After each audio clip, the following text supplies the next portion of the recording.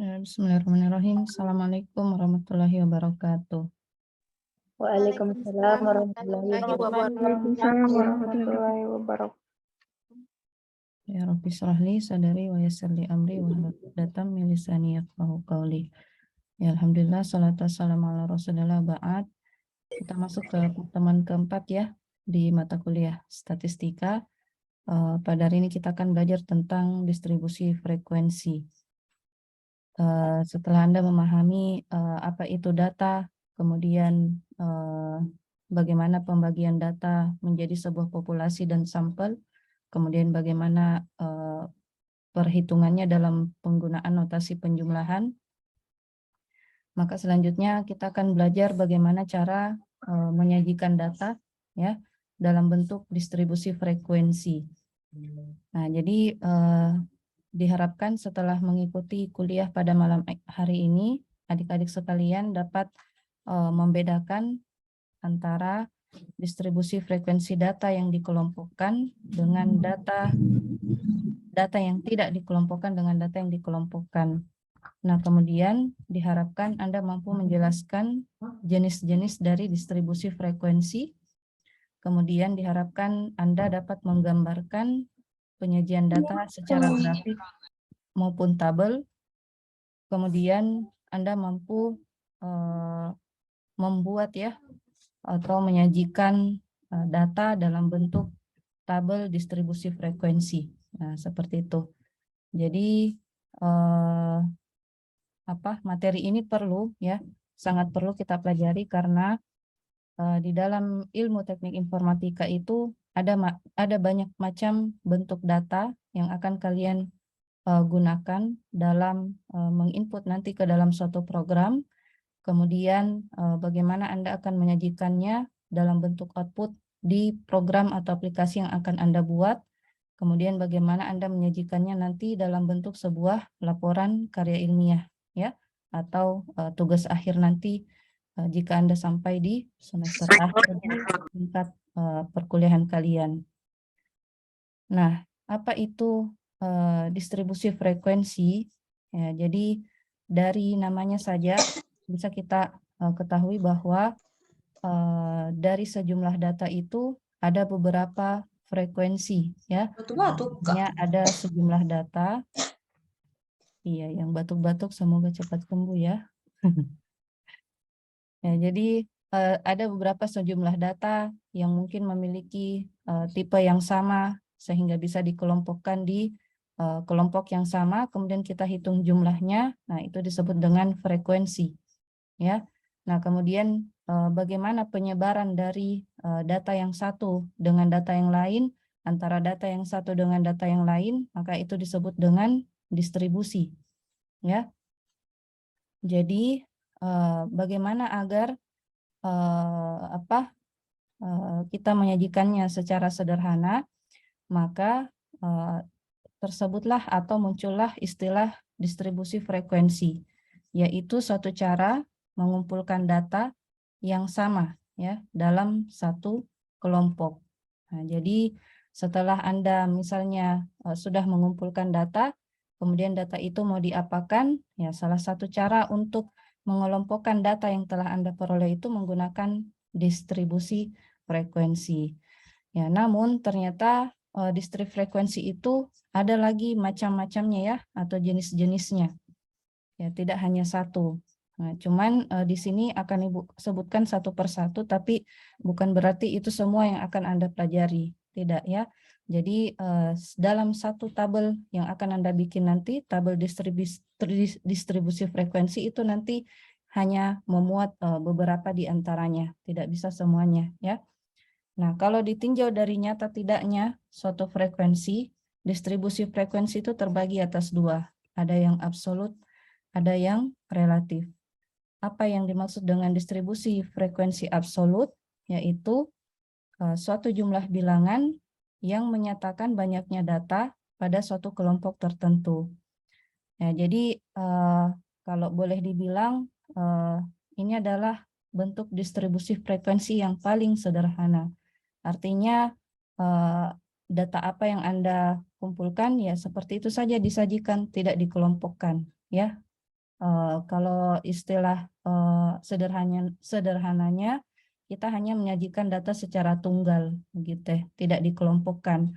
Kalau dikelompokkan itu artinya kita mengatur sedemikian rupa, ya. Jika datanya dalam bentuk angka, maka kita akan memberikan range agar bisa dikelompokkan. Kalau distribusi frekuensi absolut tidak seperti itu, ya. Nah, sehingga distribusi frekuensi absolut yang penyajiannya itu secara data tunggal, ya, secara satu persatu saja bilangan yang ditulis itu bisa memberikan kesulitan nanti kepada peneliti. Ya, tidak sulit kalau datanya masih berjumlah sedikit, mungkin puluhan, ya, belasan, tidak sampai ratusan, ribuan. Tapi nanti kalau jumlah datanya sudah mencapai ratusan dan ribuan, baru peneliti akan menemukan kesulitan. Nah, sedangkan ditinjau dari nyata tidaknya frekuensi, distribusi frekuensi yang kedua itu adalah relatif. Nah, relatif ini biasanya ciri khasnya dinyatakan dalam jumlah persentase. Jadi kalau Anda menemukan kata relatif, berarti itu ada nilai persentase yang akan disajikan di dalam tabel distribusi frekuensinya nanti, ya, penyajian datanya. Jadi datanya itu akan Anda gambarkan, representasikan dalam bentuk persentase. Bagaimana caranya? Nah, ini sebentar yang akan kita pelajari. Nah, kemudian jenis yang kedua ada namanya distribusi frekuensi numerik dan ada kategorikal. Nah, kalau dari namanya bisa kita lihat bahwa kalau numerik itu dia berupa angka, tapi bukan hanya sebuah angka, tapi dia berupa data-data kontinu. Salah, cuma satu kali saja penyebutannya, ya, data kontinu. Ya, jadi sekali lagi data kontinu itu adalah data yang disajikan dalam bentuk deret hitung atau berdasarkan dari hasil pengukuran, ya, misalnya data dari tinggi badan, ya, ataukah berat badan, ataukah dan sebagainya yang membutuhkan pengukuran di dalamnya. Jadi itu namanya data kontinu. Nah, kemudian data selanjutnya adalah kategorikal. Nah, data kategorikal ini data-data yang bisa kita kelompokkan berdasarkan jumlah frekuensinya. Nah, artinya bisa kita hitung. Nah, kalau kita hitung, berarti itu adalah lawan dari data kontinu. Apa lawan dari data kontinu? Ada yang masih ingat? Pelajaran pertama tentang jenis-jenis data. Apa lawannya data kontinu? Data diskrit. Iya, pintar ya. Siapa yang menjawab tadi? Berlian, Bu. Iya, berlian. Ya, jadi betul, data diskrit ya lawan dari data kontinu. Nah, kalau data kontinu data yang diperoleh dari hasil pengukuran. Nah, sementara data diskrit data yang bisa dihitung, ya, misalnya dijumlahkan gitu ya. Dihitung, dijumlahkan. Misalnya apa ya? Mahasiswa perempuan di Fakultas Ilmu Komputer ada berapa? Nah, kita jumlahkan, dihitung 1, 2, 3, 4 dan seterusnya, ya. Nah, jumlah mahasiswa laki-laki ada berapa? Dosen perempuannya ada berapa? Dosen laki-lakinya ada berapa? Itu namanya data diskrit, ya. Nah, jadi itu termasuk dari distribusi frekuensi kategori. Nah, jadi kalau bisa kita jumlahkan seperti itu, maka bisa juga kita kelompokkan, ya.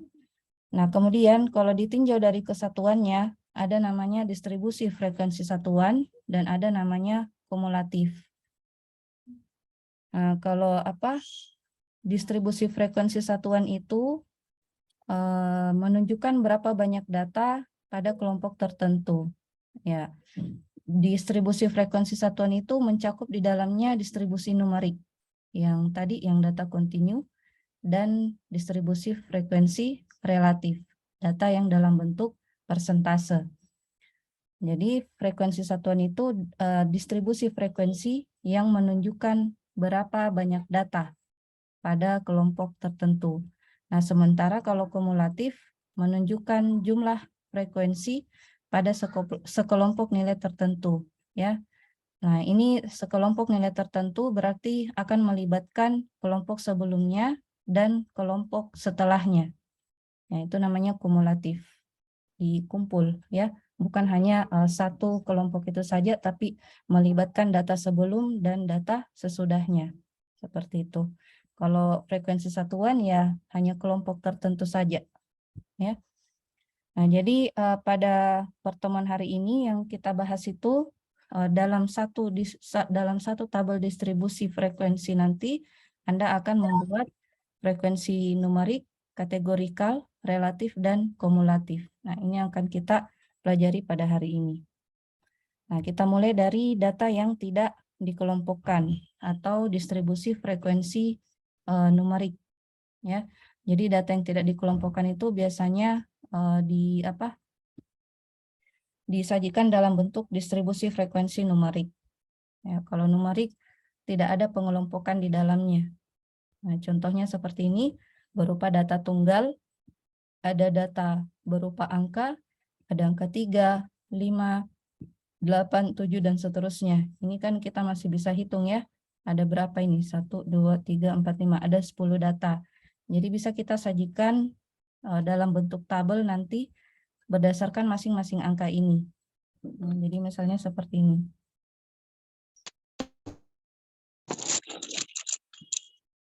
Nah, kita bikinkan tabel.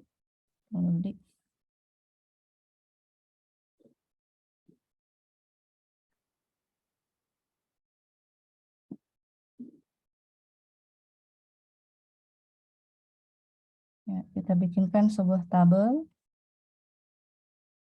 Nah, ini di sini datanya, terus di sini frekuensinya.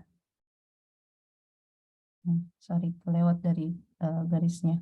Jadi kita tulis dari angka terkecil. Ya, angka terkecilnya berapa? Data terkecilnya berapa? 3. 3, Bu.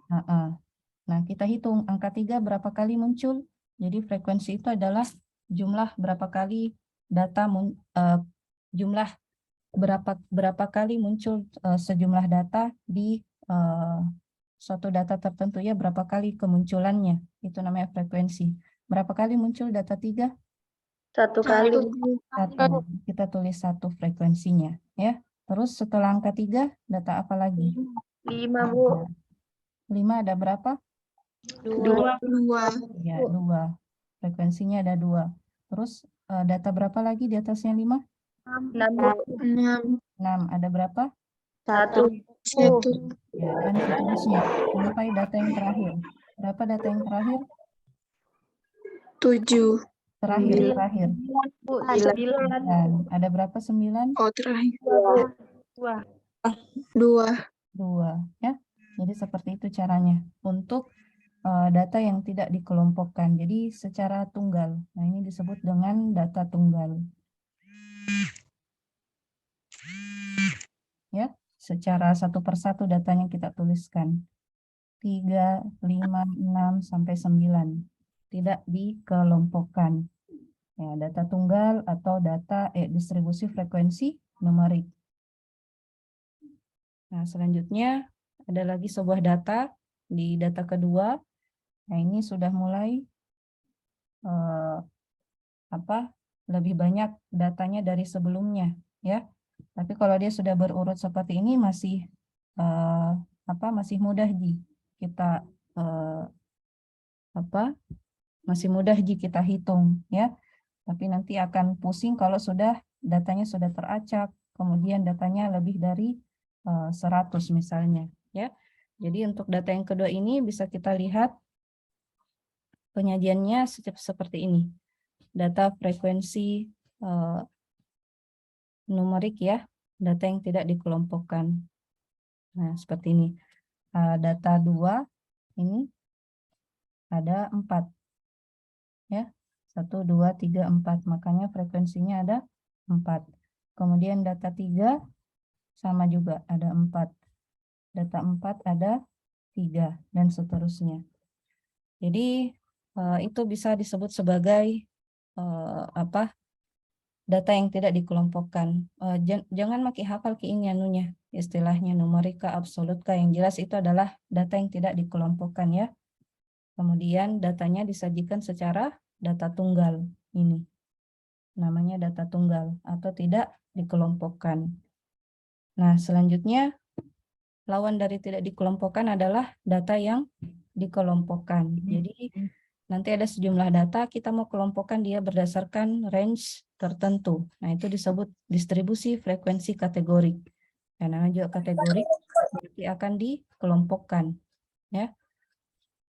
Nah, untuk apa itu kita kelompokkan? Ya, supaya penyajian datanya itu menjadi lebih sederhana dan lebih rapih nanti. Ya, susunannya jadi lebih rapih. Menjadi lebih teratur.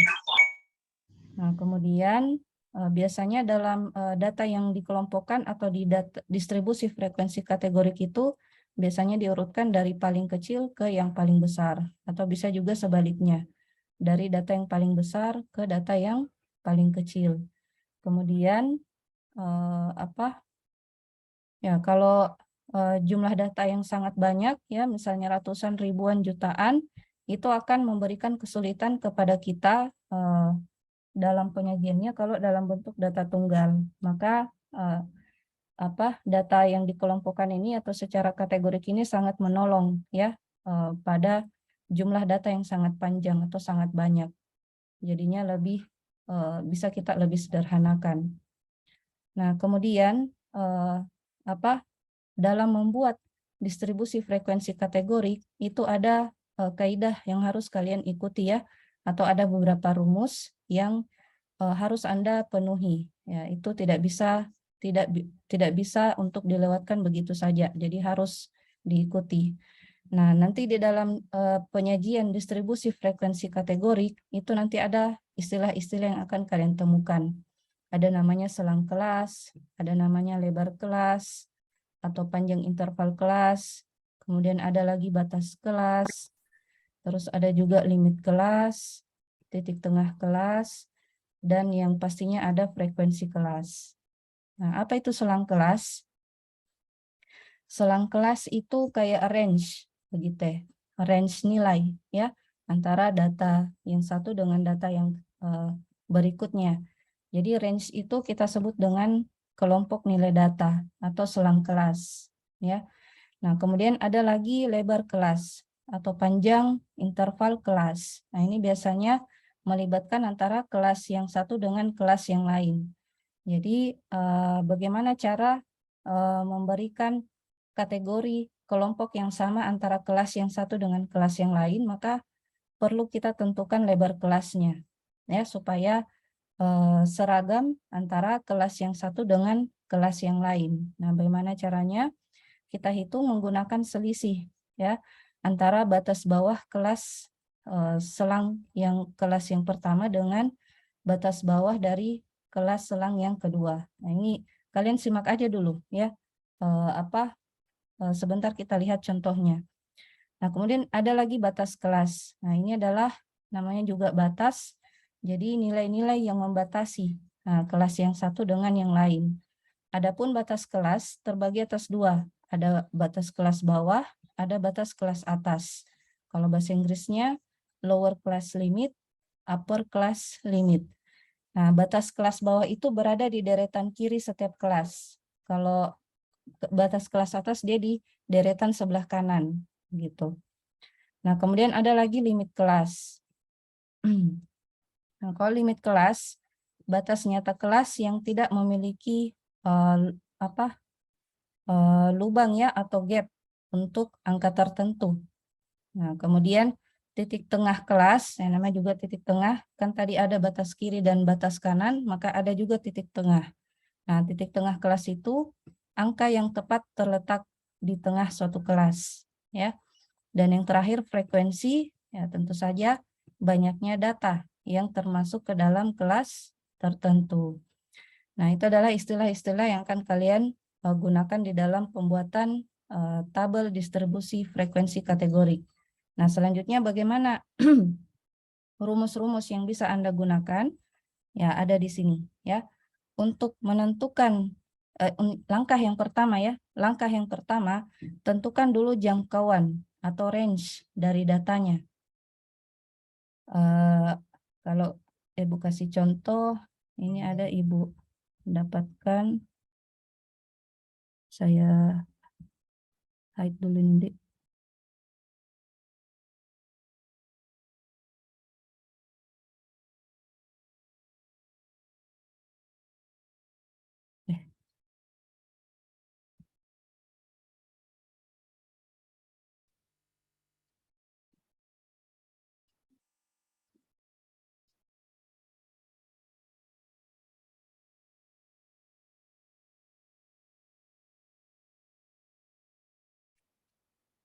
Saya mau ke Zoom dulu, tunggu.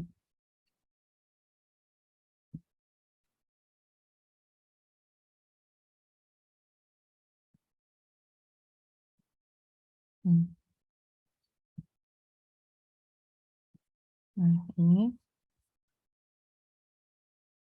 ada contoh ya, supaya lebih mudah kita pahami. Ini enggak.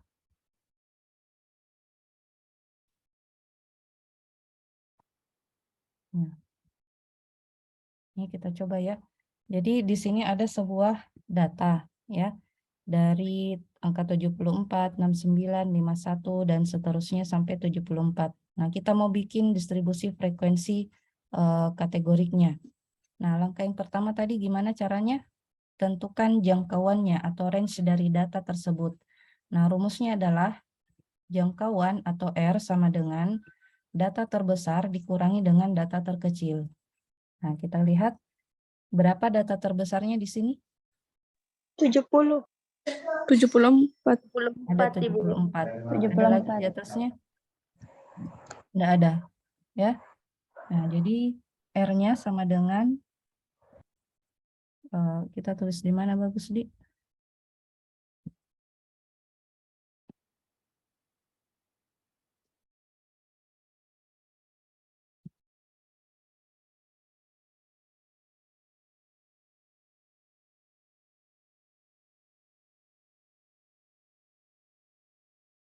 Saya cari dulu whiteboard-nya. Di mana ada whiteboard-nya ya?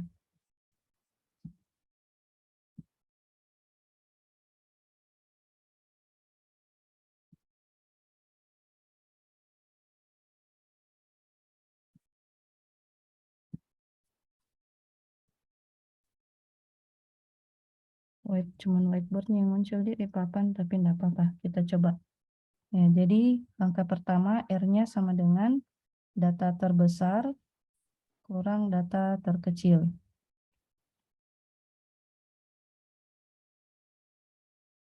Nah, berapa tadi yang terbesarnya? 74. 74. Terus berapa? Saya kembali share ya, berarti harus diganti-ganti. Nah, berapa data terkecilnya? 39. 39 ya. Nggak ada lagi yang lain. Iya, Bu. Oke. 39. Nah, berapa hasilnya nih? 35. 35. Yakin? Yakin, Bu. Oke. Ya, jadi R-nya adalah 35. Nah, sekarang 35. kita kembali ke langkah berikutnya. Nah, tentukan banyak selang kelasnya. Nah, selang kelas itu rumusnya adalah K sama dengan 1 ditambah 3,3 logaritma N. Ya, logaritma N, di mana N itu adalah banyak data. K-nya nanti itu adalah banyak kelas. Jadi K itu adalah kelasnya nanti, ada berapa kelas. Ya, ada berapa baris yang akan kita bikin dalam tabel distribusi frekuensi kategoriknya. Nah, kita hitung dulu ini, banyak data. Kembali ke yang tadi. Nah, ini ada berapa ini datanya semua? Itu namanya banyak data. Ini ada bantuan dari soalnya, ada 30 ya. Dan maki hitung Ki. Ada 30. Berarti bagaimana rumusnya tadi? K sama dengan 1 tambah 3,3 logaritma 30. Nah, selang kelas. Jadi langkah kedua,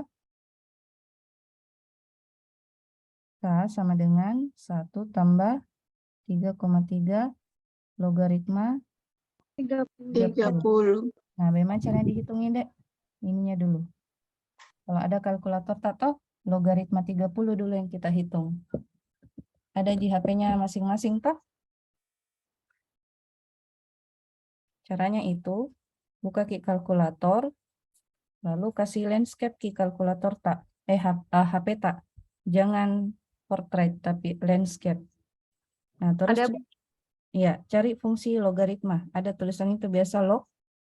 Ada, Bu. Ya, jadi tulis dulu angkanya. 30 dulu, baru tekan logaritmanya. Nah, maka hasilnya berapa itu?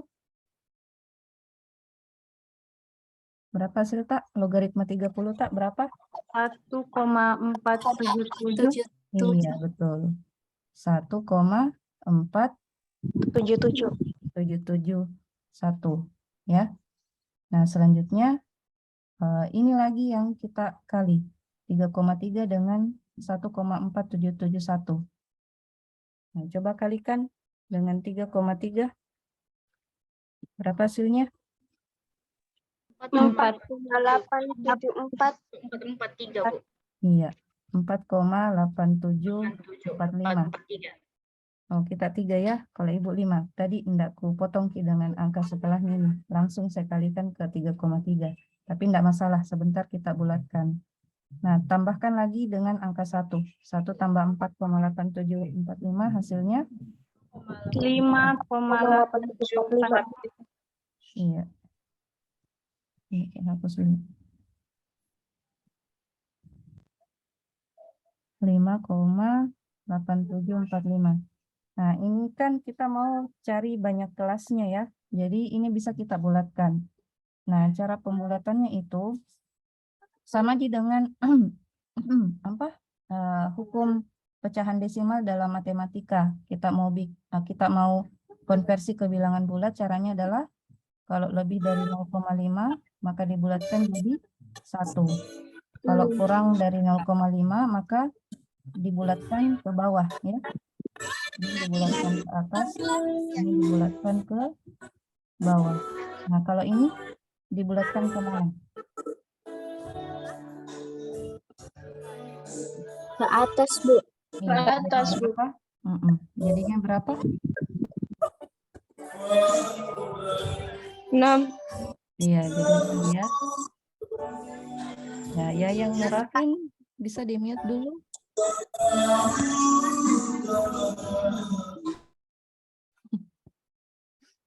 Memang caranya itu belajar ya yang sambil dengar musik. Ya, jadi berapa pembulatan ke atasnya?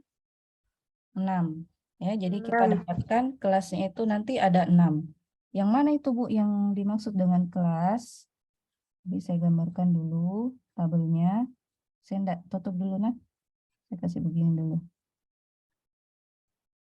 Nah, nanti di sini ada data. Terus kelas itu adalah barisnya. Nah, jadi ada 6 nanti. 1, 2, 3, 4, 5, 6. Jadi ada 6 kelas. Ini ya. 1, 2, 3, 4, 5, 6. Nah, sudah kita bikin nih 6 kelas. Nah, selanjutnya kita kembali ke modul tadi. Nah, setelah ditentukan banyak selang kelas, selanjutnya apa? Tentukan panjang interval kelasnya. Nah, panjang interval kelas itu berapa range antara data yang sebelah kiri dengan data sebelah kanan. Jadi, rumusnya itu I sama dengan jangkauan atau R yang kita dapatkan tadi di langkah pertama dibagi dengan banyak kelas atau K. Ya, kita kembali ke whiteboard. Nah, apa tadi? I, ya, panjang interval kelas. R dibagi dengan K. Berapa R-nya? 35. Ya, 35. 35. Dibagi berapa 6. kelasnya? 6, Bu. Coba dibagi. 35 bagi 6. 5,83. 5,83. Nah, itu apa? Panjang interval kelas I ya. Kalau kalian lihat I berarti interval kelasnya. Nah, ini supaya bagus datanya kita bulatkan lagi. Menjadi berapa? 6. 6. Iya.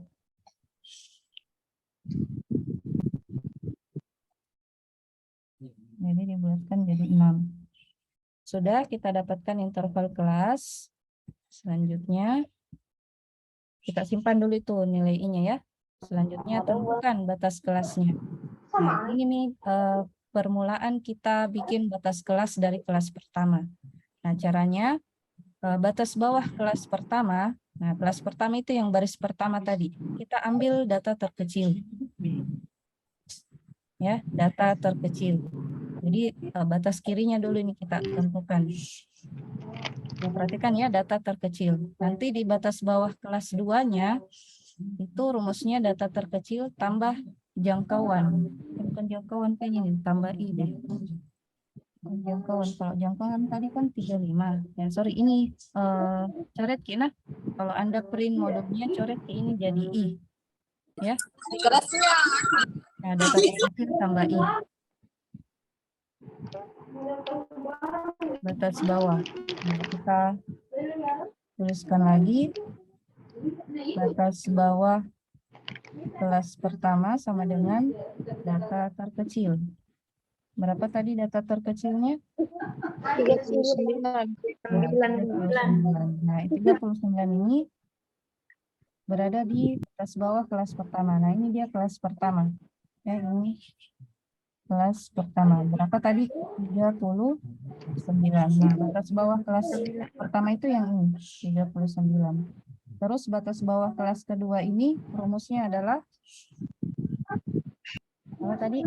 Data Terkecil. Jangkauan. Tambah bukan jangkauan, ditambah ditambah I. iya, ditambah I. Ibu salah tulis itu di modul I, ya. Berapa data terkecil? 39 tambah berapa? Tambah 6. 6. Hasilnya 45. 45. jadi di sini isinya 45.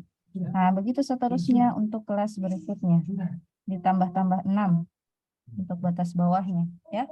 Coba kita jumlahkan 45 tambah 6 berapa? 51. 41. Berapa lagi? 47. 57. Tidaknya berapa lagi? 63.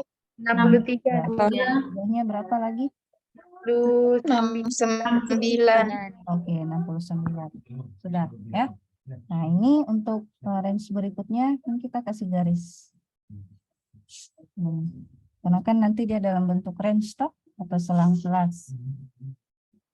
Selanjutnya kita menuju ke langkah berikutnya.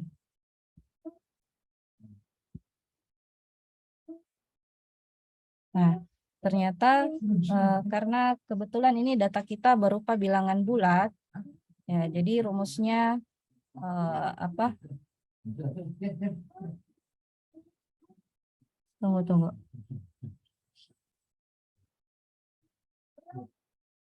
Oh iya, sekarang batas atas, ya.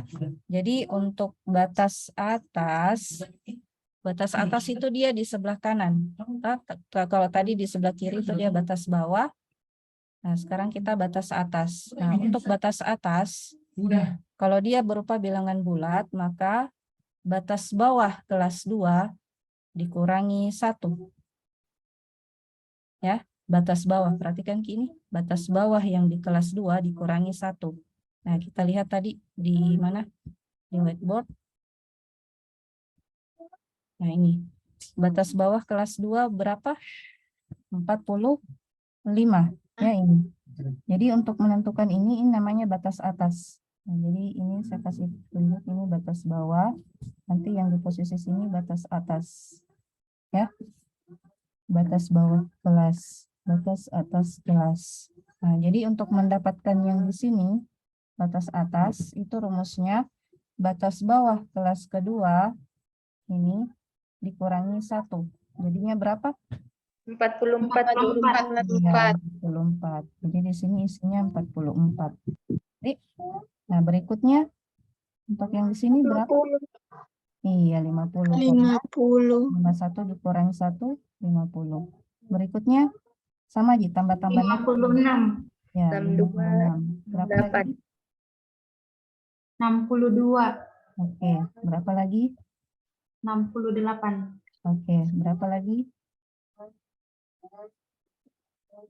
68 tambah 6 berapa? 74. 70? 5. 68 tambah 6 74. Iya, 74. 4. Jadi sama di interval kelasnya ini 6 juga. Ya, tambah-tambah 6 saja. Di dapat pakai selang kelasnya. Jadi ini data bisa kita sebut dengan selang kelas. Ya, nah dapat nih. Tinggal dihitung frekuensinya. Nah, biasanya saya hapus dulu ini.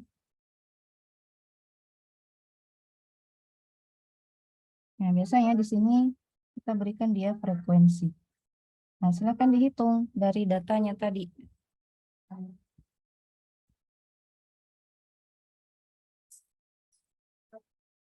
Ini, hitung Ki data dari berapa tadi? Berapa tadi? Kembali dulu ya, Ibu udah hafal di whiteboard-nya.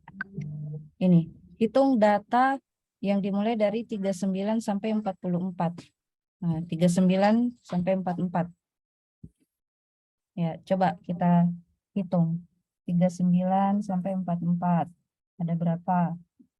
Ini masuk, ya. 39 sampai 44. Ada lagi? Ada 45. 44 sampai 44. Ada lagi? Data yang dari 39 sampai 44? Habis, Bu. Tidak ada, Bu. Habis ya, jadi ada berapa datanya? 3. Oke, 3. Nah, jadi di frekuensinya kita isi 3. 3. Oke. 3. Boleh dalam bentuk seperti ini toh, kayak pemilihan suara. Dalam voting boleh juga langsung saja angkanya. Langsung saya tulis 3. Ya. Bisa dipahami? Bisa, Bu. Oke. Selanjutnya hitung lagi data dari 45 sampai 50.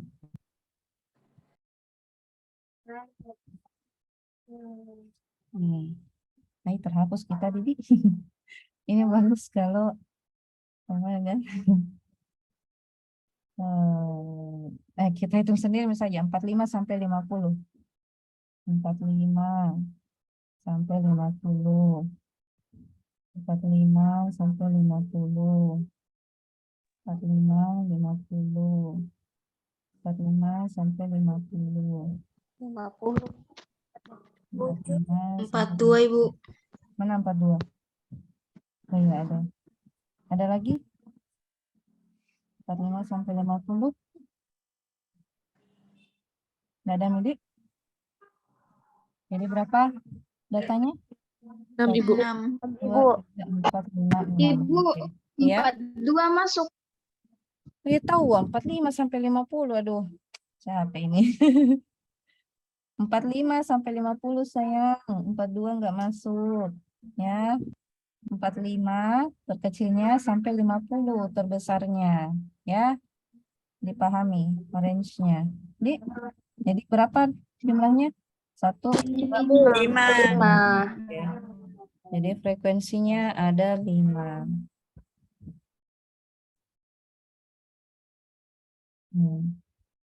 Kembali lagi. Pokoknya begitulah seterusnya ya. Pintar mah kita hitung frekuensi ya. Yang jelas ketika Anda menghitung frekuensinya nanti ini semua, totalannya itu tidak boleh lebih dan tidak boleh kurang dari berapa jumlah datanya?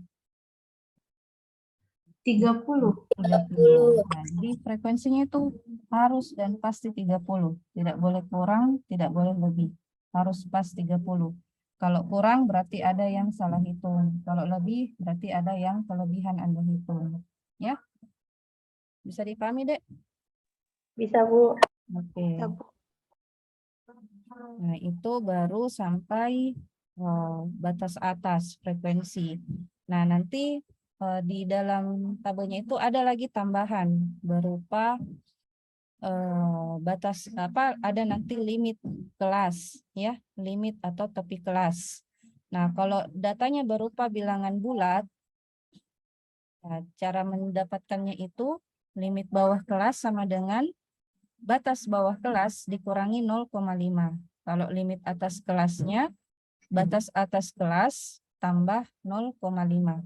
Nah, kita tambahkan di dalam tabel. Ya, ini saya hapus dulu beberapa supaya muat.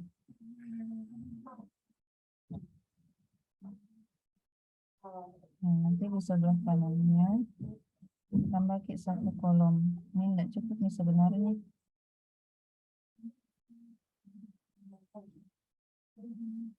Apa tadi limit ya, tapi kelas. Limit kelas. Nah, apa tadi rumusnya? Batas bawah kelas Dikurang 0,5. ya dikurang 0,5. Jadi ini batas bawah. Nah, ini batas bawah. Ini dikurangi 0,5. Berapa hasilnya itu? 39 kurang 0,5. 38,5. Iya, 38,5. Boleh sekali kita.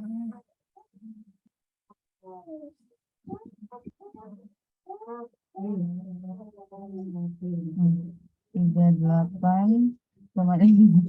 Ya, catat sendiri makin di catatan Pak nah 38,5 sampai. Nah, kalau limit kelas atasnya, batas atas kelas ditambah 0,5. Nah, berapa itu? 44 tambah 0,5. 44,5. Oke, 44,5. Jadi limit kelasnya untuk kelas pertama 38,5 sampai 44,5. 44,5. Iya, begitu juga di bawahnya. Kok di bawahnya berapa limit kelasnya? Batas bawah. 4,5. Iya, 4,5. 44,5 sampai 50,5. Iya, 50,5. Berikutnya, kelas berikutnya berapa limitnya? 50,5 sampai Sampai 56,5. iya 56,5. Nah, jadi begitu ya caranya dan seterusnya. Silakan diisi sendiri. Nah, selanjutnya setelah limit kelas, titik tengah kelas lagi. Jadi tambah lagi satu kolom untuk titik tengah kelas. Rumusnya batas bawah kelas tambah batas atas kelas bagi 2. Nah, bagaimana mencarata ini? Saya hapus dulu ya. Yang ini. Nah, Ibu bikin tambahan kolom di bawah. Tapi mengerti kita lanjutannya dari tabel yang di atas. Ya, ini lanjutannya. Titik tengah kelas. Nah, apa tadi rumusnya? Kita bikin dulu 6 baris. 1, 2, 3, 4, 5, 6. Berapa titik tengah kelasnya yang kelas pertama? 39 tambah 44 bagi 2. Berapa itu, Dek? 61. 61. Yakin? Yang lain juga begitu? Iya, Bu, 61. Oke, 39 tambah 44 bagi 2. 39 tambah 44 bagi 2. Masa 61? Pasti nilai diantaranya ini deh 39 sampai 44. Tidak boleh lewat. 1,5, Bu. Iya. 41,5. Ya. 39 tambah 44 bagi 2. Nah, yang tadi dapat 61 itu pasti kalkulatornya 44 dulu bagi 2. Baru tambah 39 tuh. Jangan salah. Ditambah dulu, baru bagi. Ya. 39 tambah 44 hasilnya 83. Ya, bagi 2 41,5. Kalau kelas di bawahnya berapa titik tengahnya? 47,5. 7,5. 47,5. Kelas bawahnya lagi?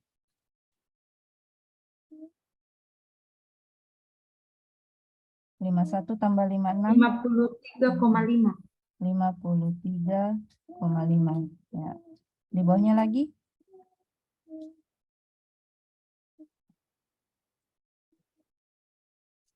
65,5. 65. Are you sure? 57 tambah 62.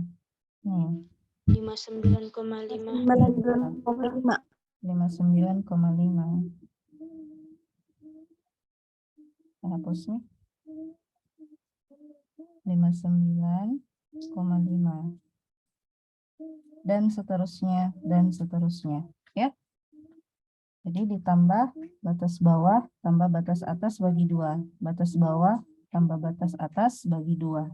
Jadi enggak boleh, titik tengahnya itu pasti di antara ini, ya, di antara batas bawah dan batas atas. Tidak boleh kurang, tidak boleh lebih. Begitu, ya. Hati-hati. Nah, selanjutnya setelah titik tengah, apalagi yang kita mau hitung? Tentukan frekuensi masing-masing kelas. Nah, ini kita tadi keduluan. Sudah minta Didik, nah, jangan lagi dihitung. Kemudian jumlahkan kolom frekuensi, ya. Jumlahkan semua kolom frekuensi tadi yang kita hitung dan periksa apakah hasilnya sama dengan banyaknya data, ya, yang tadi Ibu bilang 30. Jumlahkan semua frekuensi masing-masing kelas, baru bandingkan dengan banyak data, apakah sama atau tidak. Nah, kemudian ada lagi namanya frekuensi relatif. Nah, ini tadi yang kalau ada kata relatif berarti pasti ada persentase. Nah, caranya itu frekuensi kelas, ya, frekuensi masing-masing kelas dibagi frekuensi total kali 100%. Jadi frekuensi kelas bagi total kali 100%, itu rumusnya. Nah, kita tambah frekuensi relatif. Berapa tadi frekuensinya kelas pertama? 3. Toh? Nah, jadi frekuensi relatifnya 3 bagi 30 kali 100%. Berapa itu hasilnya, Dek? Nih, kita cekar di sini. 3 bagi 30, bagi dulu. Baru kali 100%. Berapa hasilnya itu? 3 bagi 30 berapa? 0,1. Kali 100%. Berapa? 0,001. Masa 0,00?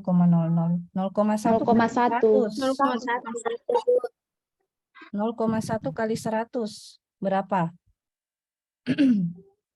Ini 0,1 kali 100 berapa? 10.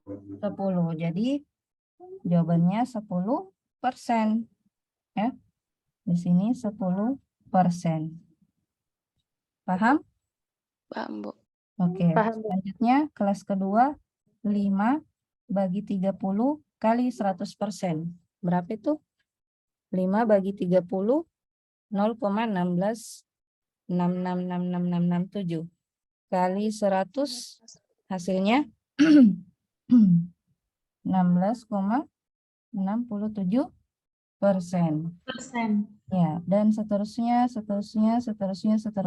Ini nanti Anda totalkan lagi di bawahnya. Kayak ini toh 30, di bawahnya itu pasti nanti totalnya 100%. Nah, jadi totalannya itu harus 100%. Tidak boleh kurang, tidak boleh lebih. Harus pas 100%. Ya. Selanjutnya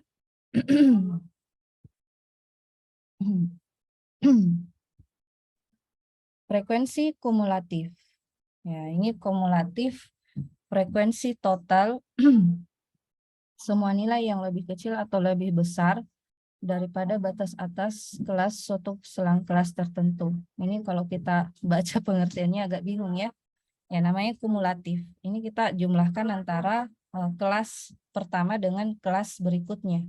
Begitu. Kelas sekarang dengan kelas sebelumnya. Nah, begitu supaya gampang kita pahami.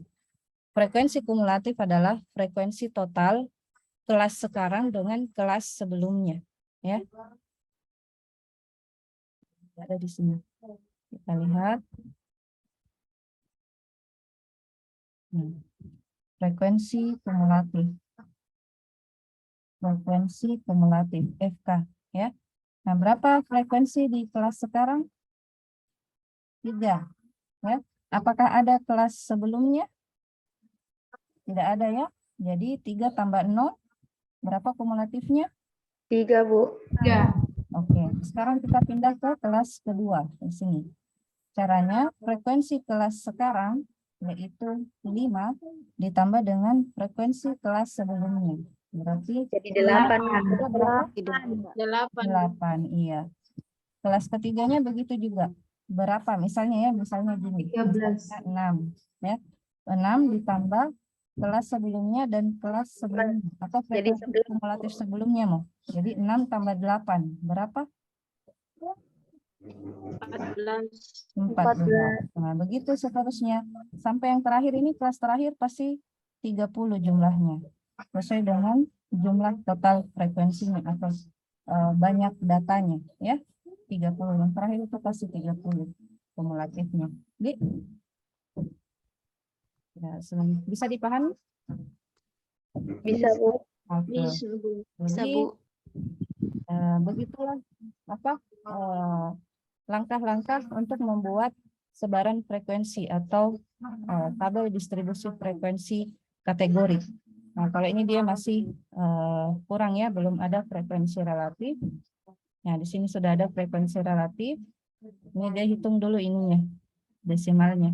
Boleh juga seperti ini, baru nanti persentasenya nih 20%, 34%. Ini dia contoh lain ya, bukan contoh yang tadi kita kerjakan, tapi contoh lain. Nih, adapun contoh yang dia berikan di sini, dia enggak kasih data mentahnya. Dia cuma langsung saya seperti ini. Jadi jangan bingung, lihat saja contoh yang sama-sama tadi kita kerjakan. Ya, ini datanya, kemudian buat tabelnya menggunakan langkah-langkah yang tadi. Nah, nanti di baris paling bawahnya itu jangan lupa sigmanya untuk menjumlahkan nanti total frekuensinya. Ini dari 10, 17 sampai sini total data tadi 30, kalau di sini dia 50. Terus total atau jumlah dari frekuensi relatif itu kalau kalian jumlahkan hasilnya 1, kalau dalam bentuk persentasenya itu pasti 100. Nah, kemudian yang kumulatif tadi. Kumulatif. Nah, ternyata kumulatif itu ada 2. Ada yang tabel distribusi frekuensi kumulatif kurang dari, ada juga lebih dari. Nah, kalau kurang dari, maka silakan bikinkan tabel baru untuk menghitung data yang kurang dari data terkecilnya atau batas bawah kelasnya. Berarti yang sebelah kirinya. Yang ini ya tadi. Yang ini, data yang sebelah kirinya. Jadi FK kurang dari, berarti kurang dari 39, kurang dari 45, kurang dari 51, kurang dari 57, kurang dari 63, kurang dari 69. Nah, berarti kalau kurang dari, berarti di atasnya ya. Kalau kurang dari 39 kan tidak ada, makanya dia diberikan 0.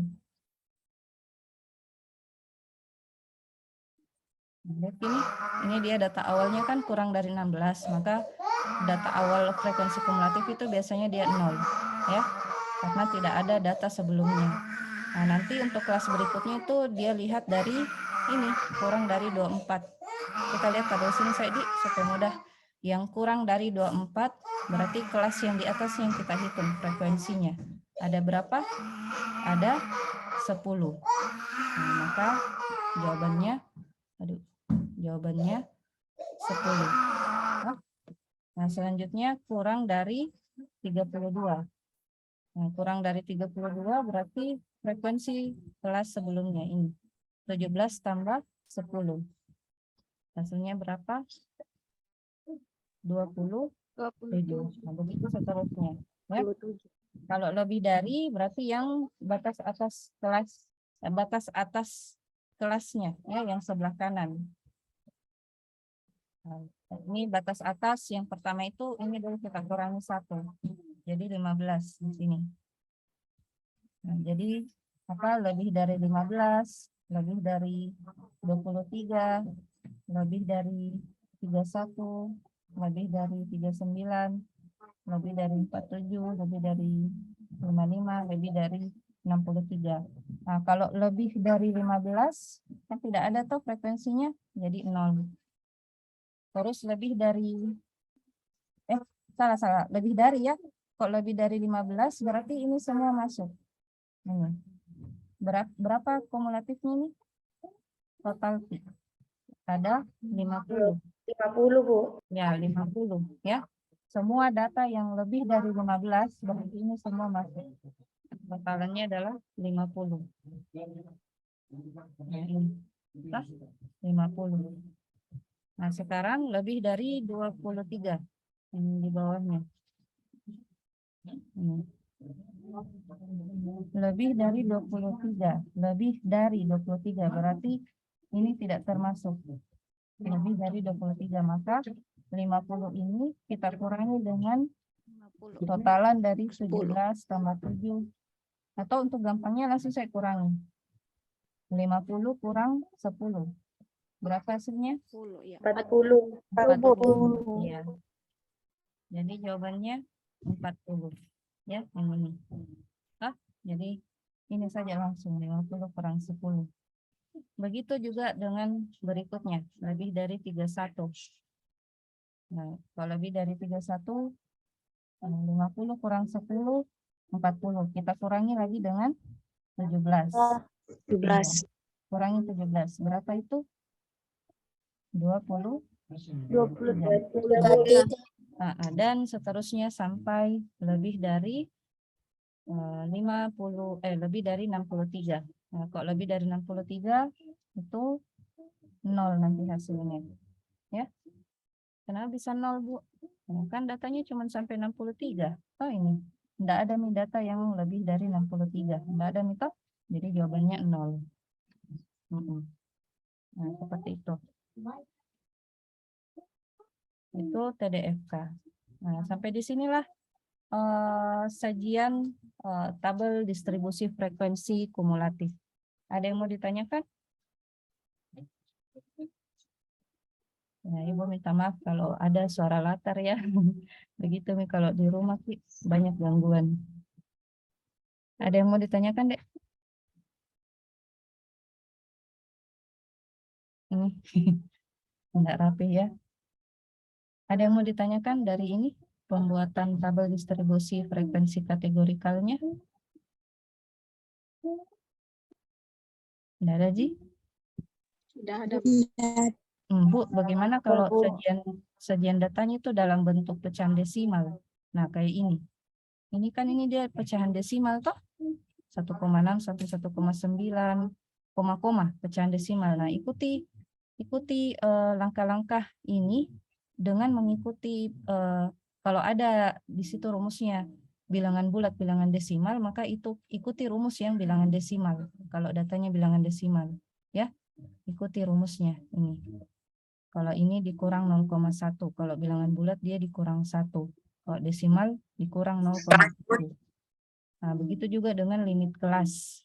Kalau dia bilangan desimal, maka limit bawah kelasnya itu batas bawah kurang 0,05. Nah, kalau tadi bilangan bulat kurang 0,5, kalau desimal kurang 0,05. Ya, 2 angka di belakang koma. Nah, begitu juga batas atasnya. Itu Ji, yang pakai aturan bilangan, jenis bilangannya, apakah bilangan bulat atau bilangan desimal, untuk menentukan batas kelas dengan limit kelasnya. Ini, limit kelas sama batas kelasnya ini. Batas bawah dan batas atasnya. Ini limit kelasnya.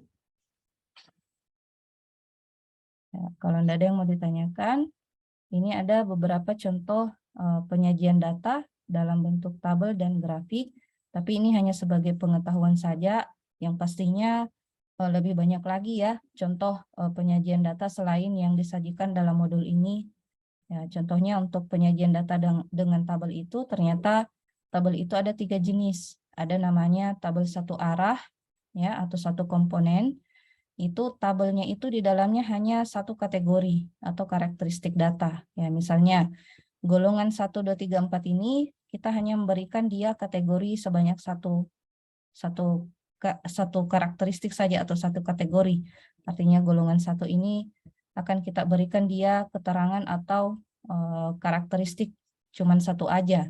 Ya, golongan 1-nya ada berapa orangnya, ada sekian.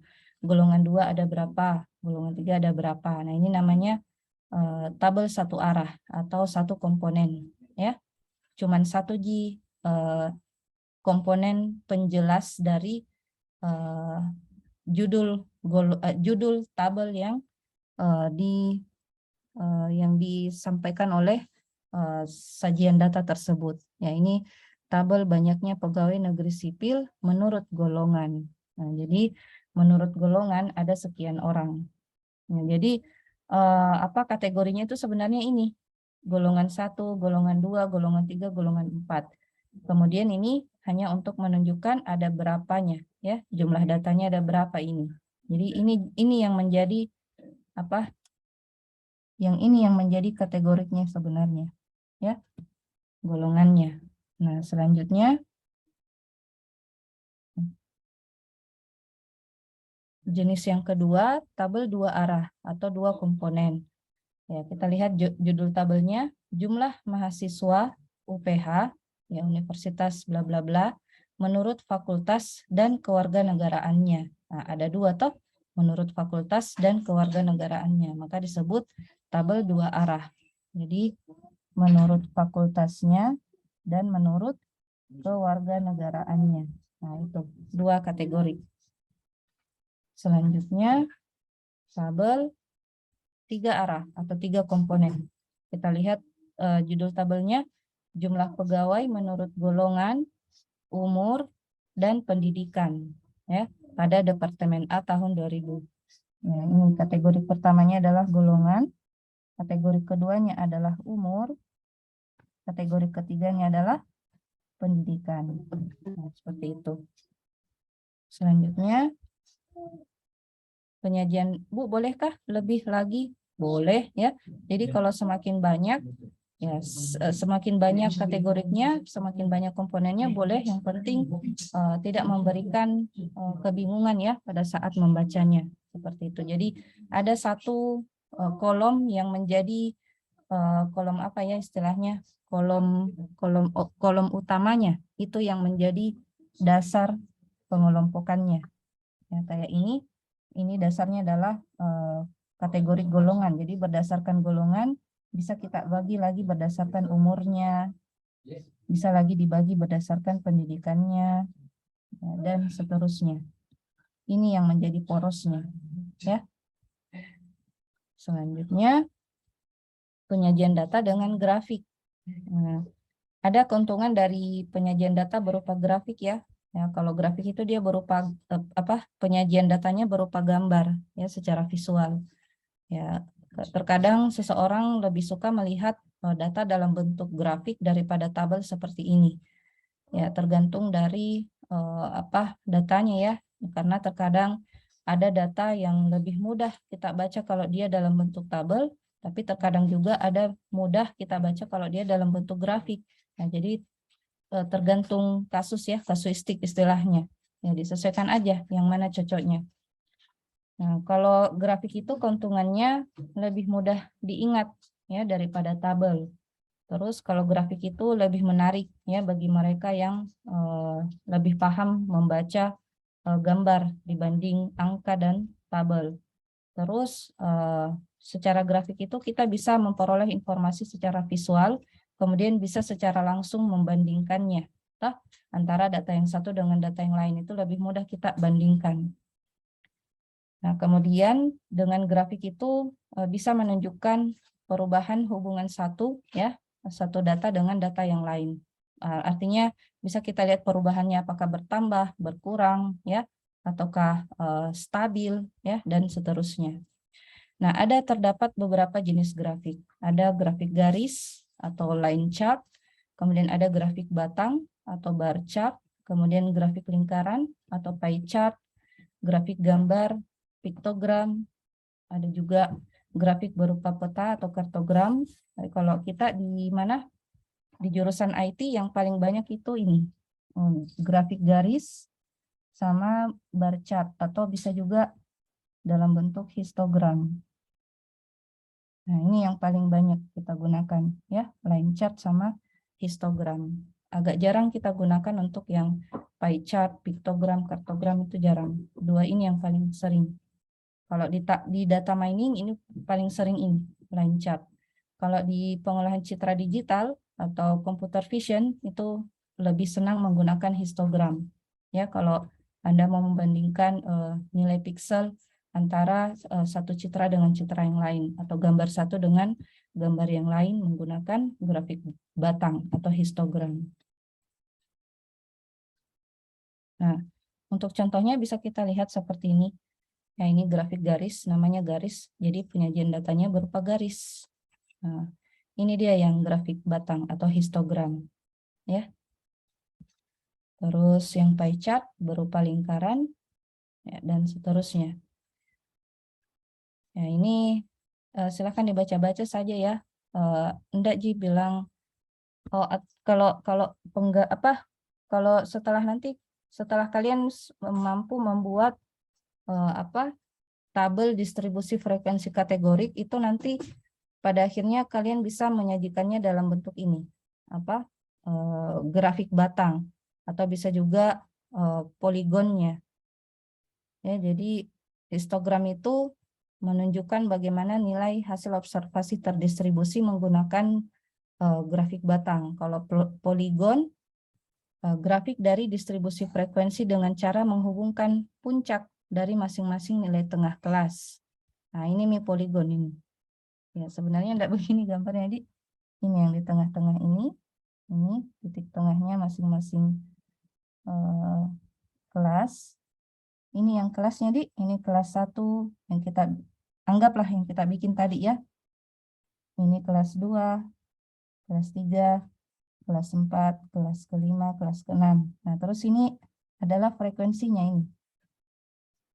Frekuensinya. Toh, data yang dari 16 sampai 23 ada berapa frekuensi?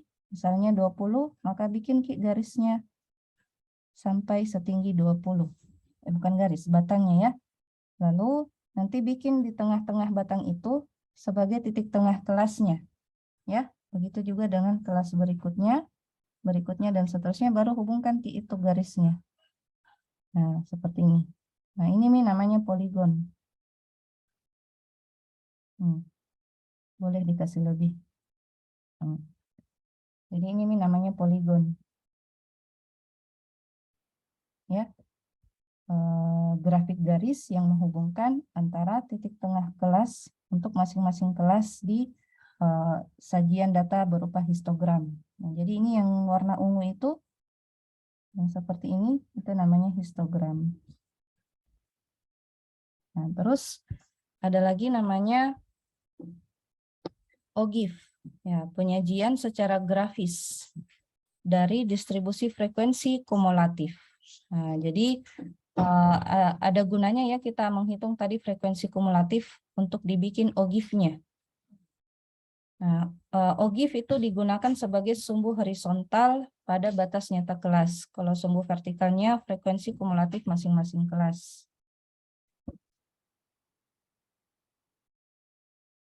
Kenapa nggak mau dihapusin? Sudah terhapus. Ya. Yang mana itu OGIF ini. Jadi silakan bikin sesuai dengan yang di dalam tabel distribusi tadi toh. Kalau yang kurang dari berapa frekuensi kumulatifnya. Nah, ini.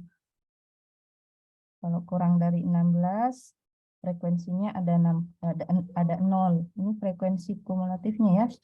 Kalau kurang dari 24, frekuensinya ada 10. Kalau kurang dari 32, frekuensinya ada 30. Kurang dari 40, ya, frekuensinya sekian, dan seterusnya. Baru sambungkan lagi antara titik yang satu dengan titik yang lain. Nah, itu namanya OGIF ya. Terus yang untuk ciri khas dari OGIF kurang dari itu biasanya dia tren ya, model kurvanya itu biasanya cenderung naik atau terbuka ke kanan, mengarah ke kanan kanan atas. Kalau OGIF lebih dari itu dia menurun, ya, trennya menurun. Nah, kita lihat ini lebih, untuk kelas pertama lebih dari 15, frekuensinya itu berangkat dari frekuensi yang tertinggi 50. Terus kelas berikutnya lebih dari 23, itu dia semakin menurun kumulatifnya. Nah, kemudian sampai kelas terakhir itu frekuensinya 0. Lalu dihubungkan.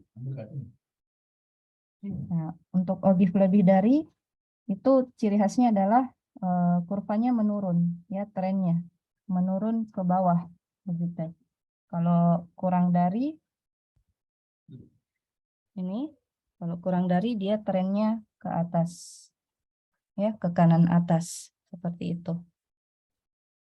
Nah, sampai di sini materi kita hari ini. Ada yang mau ditanyakan?